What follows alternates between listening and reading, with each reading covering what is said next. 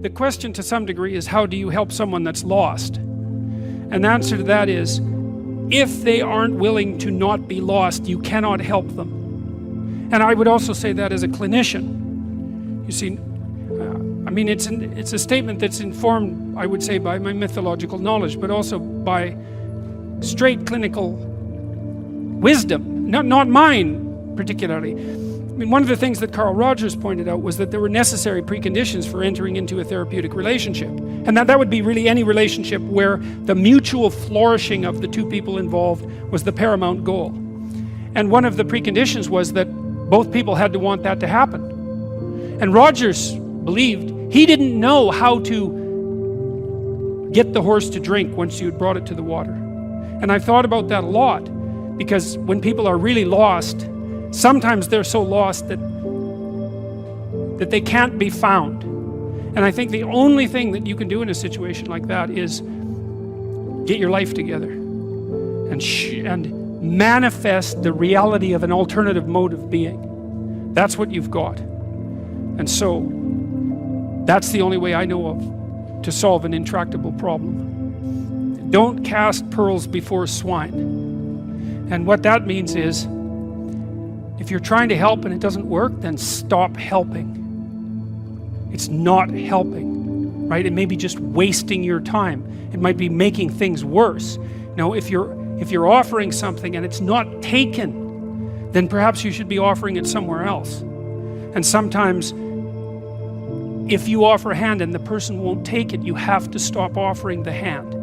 And then what you do is you go off and you have your life. And sometimes that means in people's lives, for example, that they have to leave their family members behind. Sometimes the thing you do is walk away because there's no other solution. And if you are trapped in pathological relationships and you see no way out of them, if someone who is sinking has their hands around your neck and is pulling you down, you're not obligated to drown with them.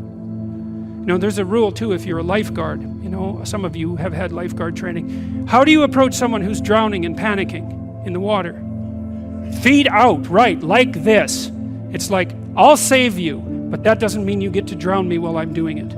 And if it's you drown or both of us drown, it's you drown. And that's wisdom. That's not cruelty, right? So, yeah.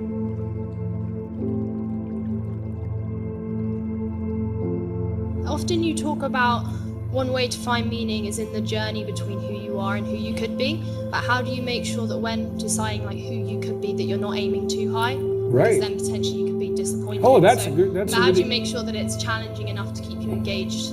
Yeah, that's a really good question. Yeah. Well, that's something you encounter practically in a clinical setting all the time. Well, you know, let's say I was dealing with a client, and maybe that was somebody who, say, a man, 35 years old. He still lived at home, so he was too dependent. His room is a complete bloody catastrophe, and you know he's living like a bratty 13-year-old, and that gets pretty ugly by the time you're 35. You know, and he knew it, and I'm sure his mother knew it, although obviously she put up with it, which was probably her mistake, at least in part.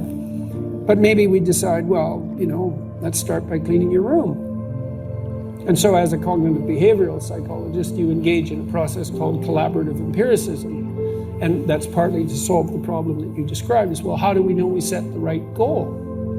Well, we'd say, well, go try it. And just watch yourself like you don't know who you are, and come back next week and we'll see how you did. And maybe, I remember this one client, he came back and he said, you know, I went and got the vacuum cleaner from the closet, which is something I really had never done. And I put that vacuum cleaner in the doorway of my bedroom, crossways, so it blocked the doorway. And then I just walked over it for a whole week. And like, he was completely nonplussed at his own intransigence. And look what he did, eh? He was so resentful and so angry that he, instead of vacuuming his damn bedroom like he planned, he just stuck the vacuum in his own way and then martyred himself over it every day for a week.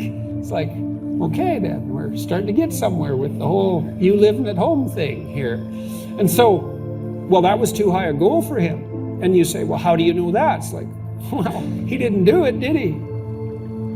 So then what you do practically is you say, well, how about you bring that vacuum cleaner into your room this week, and that's your whole assignment. And just watch what happens when you bring it in. Watch the fantasies that flicker in the back of your mind as you live out your resentment at your therapist for daring to make you bring that vacuum across the threshold of your bedroom.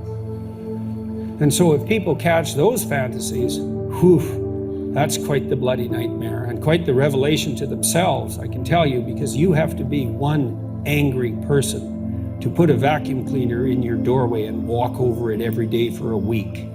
And so then we'd get someone. It's like, okay, now we're getting to the bottom of things, but maybe the next week he'd come back, well, with the fantasies at hand and rather shocked as a consequence, but the vacuum cleaner was then in his room. And so he broke the threshold there, and then maybe all he could do was sort out a drawer or half a drawer, something like that. So what you do is, you pick a target that you think is probably reasonable, and you can negotiate that with yourself. And what I would do often practically with my clients is I would say, well, your life is not going very well, and that's why you're here. I mean, that wasn't a pronouncement on my part. And I would ask them, what problems they were suffering from, what they were suffering from. But I would usually do a pragmatic analysis of the generic quality of their life. And it's not that hard to do. You can do this for yourself. It's part of this self-authoring program that I have online. Well, I'm miserable and I'm anxious and I'm bitter and I'm angry and I'm stuck in my career and I don't seem to be able to get anywhere, and God damn it, life isn't worth living anyways, and so half the time I'm suicidal. It's like, okay, right? Now we've established the problem domain, right? At least somewhat. And then I would say, well, hypothetically, you'd rather that some of that wasn't the case, right? So because we want to establish a goal, what is it you want? More misery or less misery? And usually by the time people had come to therapy, unless they were mandated to do so, which never works, by the way, they wanted things to be better. That's why they were there. Now and then you get someone who is there just to, maybe please someone else, but I could usually get beyond that, because if they were willing to come there was at least a part of them that was hoping that there was such a thing as up. And then we'd just walk through their life. It's like, okay, well, let's do an assessment. Do you have any friends? How often do you see them? Well, I have 6 friends, but I only see them once every 6 months, one of them every 6 months. Well, that's pretty low on the friendship hierarchy. So I just file that away as a piece of evidence. Do you have an intimate relationship? Are you as educated as your intelligence would indicate might be useful?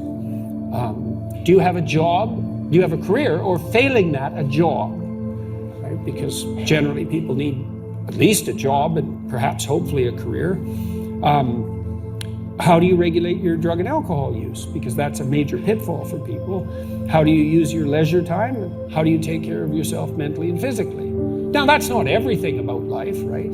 But if you don't have any of that, well, we have a place to start then, like maybe you should try to make one friend.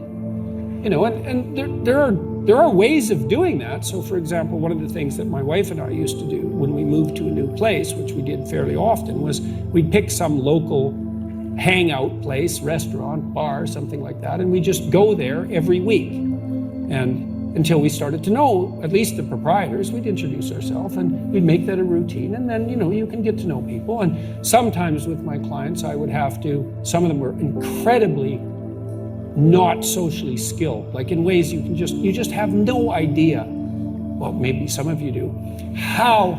Well, because I don't mean you specifically, although maybe I do, but you certainly may know people like this. I had one client who was literally so socially anxious he could not use a telephone.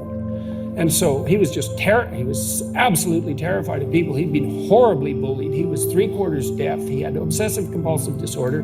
He had an intellectual impairment. I mean, this guy had a rough time, man. And he was so terrified he could hardly talk to men and women, man. They were so terrifying to him. He just didn't even know literally where to start. Well, sometimes when people are extremely impaired, they don't know anything basic. They have no friends. It's why? Well, they introduce themselves like this. What's your name? And then maybe you say it, but they're so preoccupied that they don't hear it, and then they shake hands. So let's shake hands. That's not good. That's not good. You don't remember the name. You're not making eye contact, so you can't see the person's emotional response, and then you're afraid, and that's why you're looking away. And then because you're afraid and you're looking away, you don't pick up the social cues about how to initiate conversation, even if you know how to do that. So then you're awkward, and because you're looking away, you don't listen, and then you can't enter into the flow of conversation. And so we'd practice shaking hands, maybe 20 times till the person could do it and was comfortable with it. And that's how you start at the bottom of things.